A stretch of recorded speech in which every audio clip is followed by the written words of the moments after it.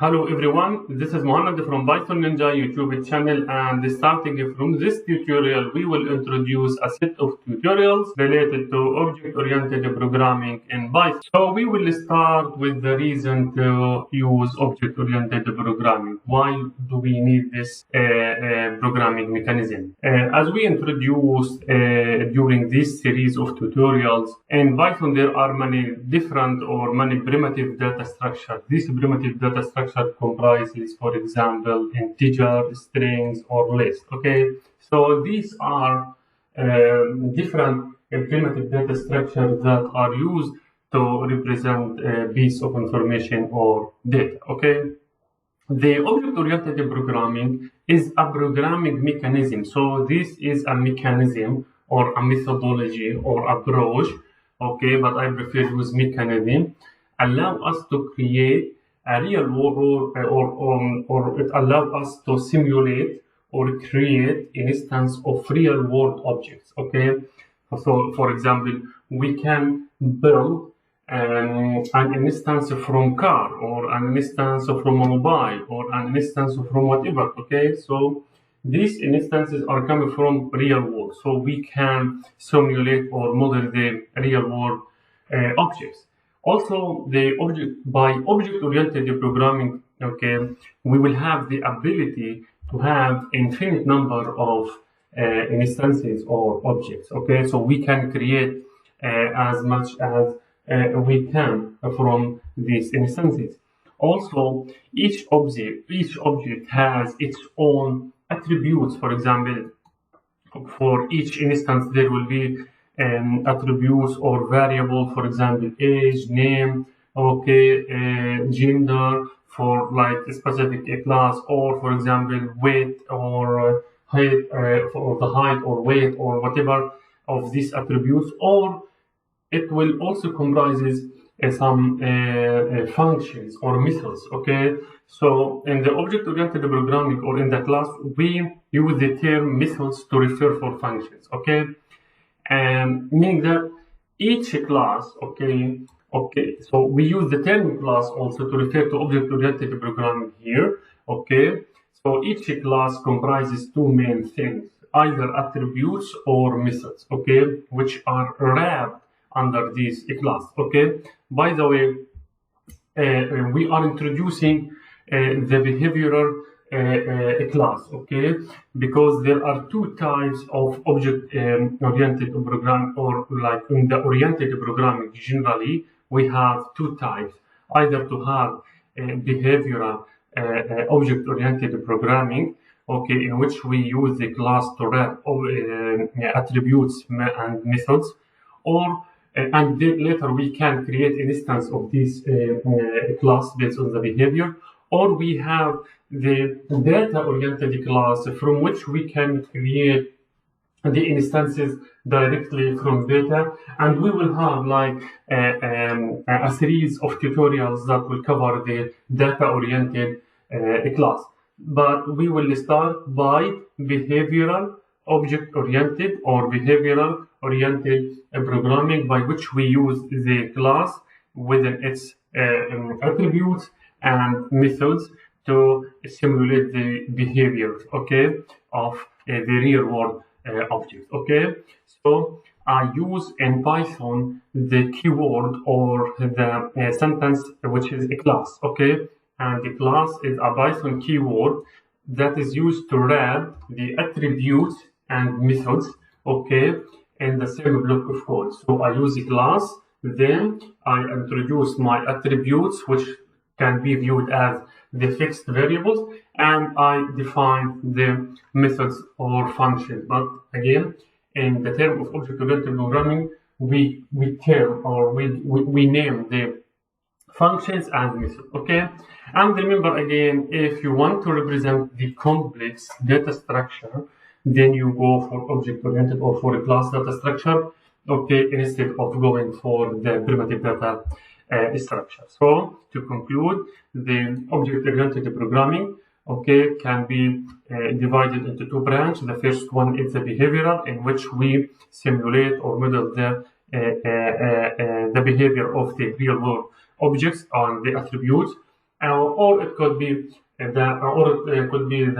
data-oriented class from which we create instance from the class or from the data itself, okay, rather than the behavior of the object. And we will start with the behavioral data, with the behavioral object-oriented programming, from which we will use a class. A class is a Python keyword that wrap the attributes, which refer to like variables, or it could be constants, okay, or the method under that class, okay. Suppose I want to create like two objects or from a list, okay, to simulate like Python engineer object. So I can say py-eng, okay, one, and these are two list objects, okay. And in the first, I want to put the first name Ali. I want to like add over the function here like developer, okay. I want also to include his name. I want to include his grade. For example, here I want to say junior, and I want to like mention his initial salary. I want to create another list object, okay. I will turn it pyeng2, okay, and I want to have another name. For example, I want to have my name, this is Mohanad, and I want to mention the same, for example, here, the same job, local, and I want to also insert the name, I want to insert the level or the grade, okay, and I want to mention the salary. Okay, these are two list objects, okay, we created, okay. Suppose that I have like 100 or 1,000 or million of these objects or instancing. So of objects of list. Okay, if I have like large number of these lists I have to create, okay, then the method will be complex and cumbersome, and it will be error prone, especially if some fields are missing. For example, if I have data entry who will create this list, and for some reason some fields are missed or not filled, then I will have like a real object even when I go to track these objects or this list later. So list to be used as a in a complex data structure is not good. So I have here data, okay, and it comprises like numerical data, it comprises of string data, and it could be Boolean. For example, it comprises true or false. These are not primitive. By the way, this is like could be complex data structure. So the complexity of these objects or instances can be reduced when I use a class instead of using a list. Instead of representing this data in a list, I can represent this in a class to be less complex. Okay, so let us agree on that. A list is not the perfect data structure to represent the complex data, and a class or behavioral class, it can be used to represent the complex data structure because it's containing the attributes and the methods. By the way, let us agree of this thing. We will use like a class data, okay, or we will use like a class to refer to the object-oriented programming mechanism here, and later we will use data class. Data class refers to the data oriented, and we will use a class just to refer to behavior. So this is based on each developer. So we will use the term class, or we will use the term data class. Okay, data class is the class that comes from the data itself, but here we will use data to like represent the behavioral the behavioral object oriented. Okay, so let us start by creating the blueprint or the mainframe of the class, okay, in Python. Again, a list is not a good data structure to represent the complex data, specifically when we will have many objects. Okay, so the blueprint or the mainframe, okay, of the class start with this. We use the reserved word or the keyword class, okay, or the statement class. Then I have to give a name for the class, okay. The name of the class must be a capital. The first letter of the name should be in capital form. For example, we use Python, for example, ANG or Python developer like this, okay. It is not like this, okay. So we use the capitalized form, okay, not the upper form. The upper form meaning that we use all letters to be capital, okay, but now you capitalize this by just enforcing the first letter to be capital. Then I use colon, okay, and I then use, for example, this pass keyword. By this way, we created a class.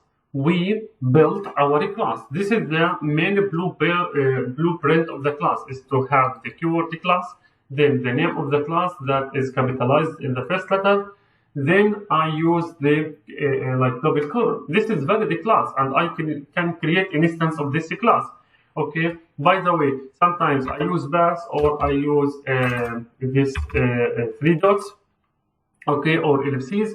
It does the same function to me. Now we created a class, and this is valid class, and I can create an instance of this class. For example, I can create pyeng1, for example. It will be Python engineer. By this form, okay, I can create an instance from this class, and when I run, okay, I will have no problem, okay, because I have a valid class, irrespective if it contains attributes and methods or not. I created a class, and I can, for example, create how many, as much as I can. For example, just I can give different variable name to different instance. So this is instances of 5 instances of the class Python engineer. Okay, so this is the main blueprint of the class. This is called the instance of the class. The instance of the class, we call the name of the class, and we use the round brackets or parentheses, okay, and we clone how many, okay, or as much as we can, okay. Now let us add some attributes in the class. For example, for this Python engineer, if I want to model this Python engineer or the behavior or whatever I want to model in this class, I can consider the name as attribute, the age as attribute, the grade as attribute, the salary as attribute, okay? So we want to insert attribute inside the class, and this attribute, okay, should be changed when I create a different instance, okay? Now, in Python object-oriented programming, okay, we have methods which are functions, or we have special methods which are integrated, okay, within the object-oriented programming in Python. So it's built in. The first method is the first special method we will use to insert the attributes, and the unique one that is used to insert attributes under the class is called init. Okay, so I use, after creating the class and assigning the name, I use def, which is typical to define a function, and I use the underscore init, okay, and be careful to use init, not int, okay. So we use init, okay, and init is considered as a special function, but when we use object-oriented programming, as again, we, instead of saying function, we use method. Init is a special method that is used in object-oriented programming to contain, okay, or to refer to attributes, okay, or to store attributes, okay.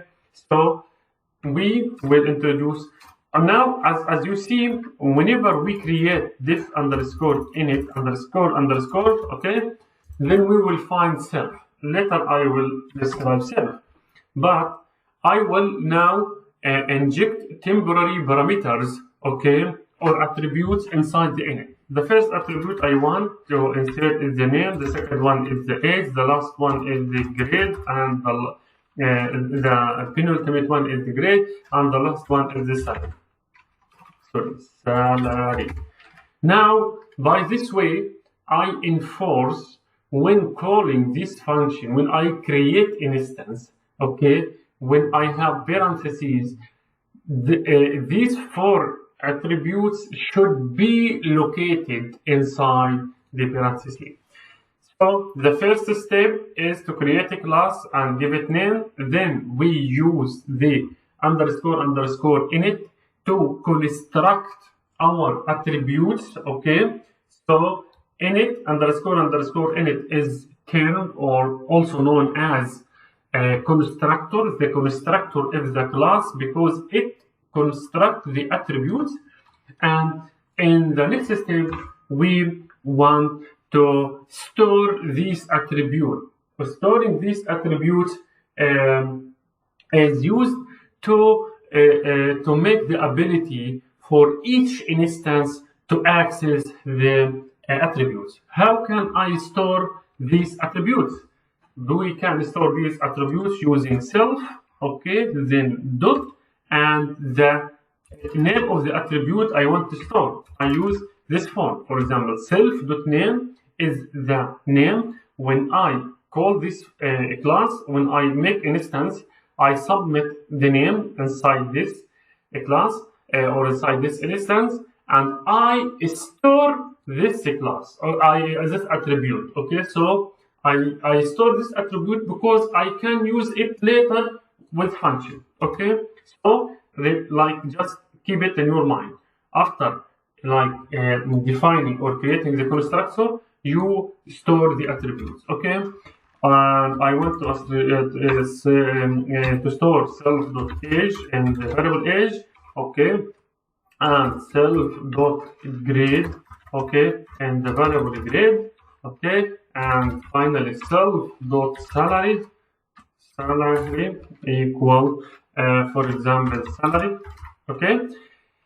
Consider that I can also store a different attribute which are not mandatory to submit when I call when I create the instance. For example, I don't have here gender, but I can do that. I can say self.gender, okay, equal none. None is something is empty or come without value. Okay, so this is the main blueprint of a class that contain four main attributes. When I say main attributes, these are mandatory. We have to submit these arguments. Okay, and I have another attribute which is inserted inside the class. Let us create an instance of this class. I want to, for instance, for example, create begin1. Okay, the first class I want to have. Okay, and this class, how can we create an instance? By calling the same class, which is this one, and then I will have the parentheses. Inside the parentheses, I have to submit. It is mandatory to submit the same number of temporary parameters or attributes which is located inside init. Not this one, but the same number of the attributes, okay, in this line. Okay, so the first one, please respect the order. The first one is name. I will submit my name. The second one is age. I will submit my age. The third one is the grade. I will submit my grade. Okay. The last one is the salary. I will submit my salary. Okay.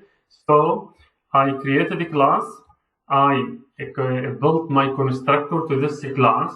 I created 4 mandatory parameters when I create the instance. Again, by this way, we create the instance. When I create the instance, I have to submit these 4 attributes. Okay, and yeah, I created my instance now. What I can do, I can access, after creating the instance, I can access, for example, this instance dot name, which will be Muhammad. For example, I can create Python engineer 1, which is the first instance. When I say dot, okay, it will have name, age, gender, salary, and grade, okay, which are all located under the init. Okay, if I want to say the instance.name, it will print the name, okay, which I submitted here. If I want to say age, it will print the age, okay, etc. for the remainder attributes. Okay, I can access also the attribute that is not submitted, okay, but I will say here, for example, BIE.gender, and I already know the gender is none, but I can update none from outside. How? When I say this instance, which is instance number 1 dot gender, okay, equal, for example, it's not for example, it is male, okay, and I print this, it will print to me male. So I updated the instance, okay, the attribute, okay, of the instance, okay. So when I create this instance, byeng1 will it will contain all attributes, okay, that is located under the constructor, okay, irrespective if these are mandatory to submit or not.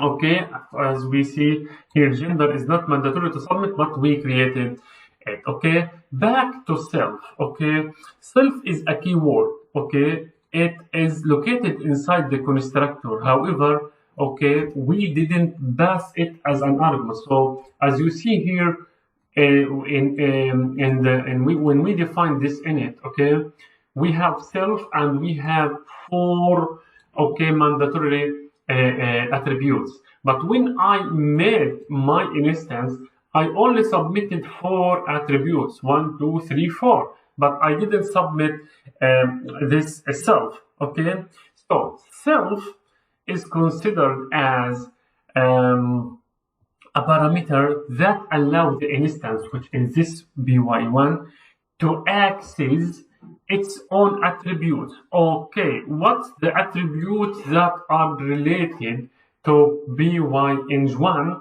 The attributes that are related to this instance is all of these. So I know now that the Python automatically in its backend or its background calls self attribute, okay, whenever we construct the object. So there is no need to insert self here, okay, because Python automatically will call self, okay, whenever we create this.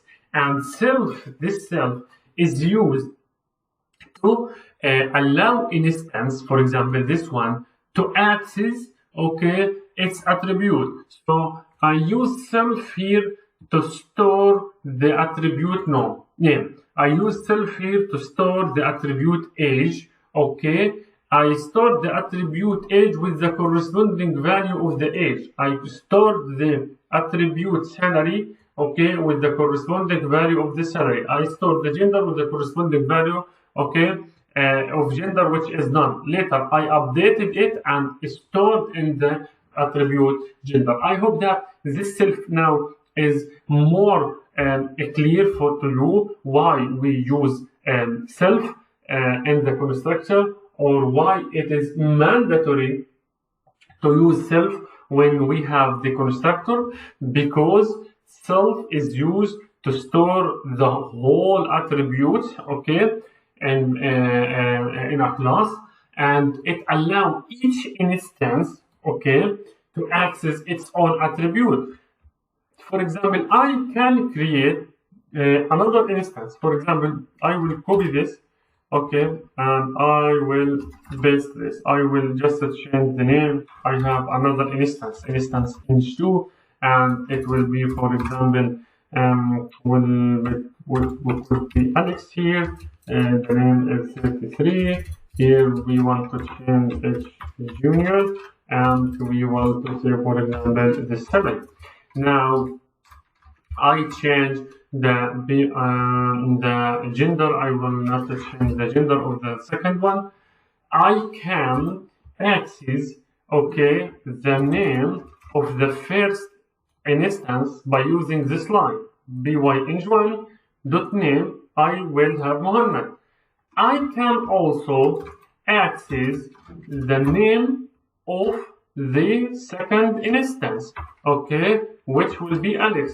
Just look at this. We have Muhammad because we are able to access the name. How can I access the name? When I say dot, then I can access the whole attributes. I can access the name here, and the same thing, I can access the name of the second one, and we are able to access these attributes because of self, which give us the ability to store these attributes and access them later from the outside when we create the instance. That's for today's tutorial. Take it easy. The object-oriented programming is needed only to simplify the creation of an instance of complex data structure. When we say complex like this, when we have name, we have age, we have boolean, we have multiples of these primitive data structure that are located within the same object, okay, and we use in Python the keyword, okay, or the reserved word class, okay, and then we need to give it name. The first letter should be capital, okay, to have attributes within your class. Then we should use the constructor. The constructor is called a special method, okay. Take it as a special function, but it's a special method in object-oriented programming or in Python. When we have like leading underscores and trailing underscores, this refers to special methods. We will cover them later. I use the constructor to submit inside this inside the instance, okay, which is this one, for example, to submit the mandatory attributes. And then I use self also at the beginning, okay, and I cannot use self later. I can use self at the beginning to store the value of all attributes that I have, to be able to access them later after creating the instances.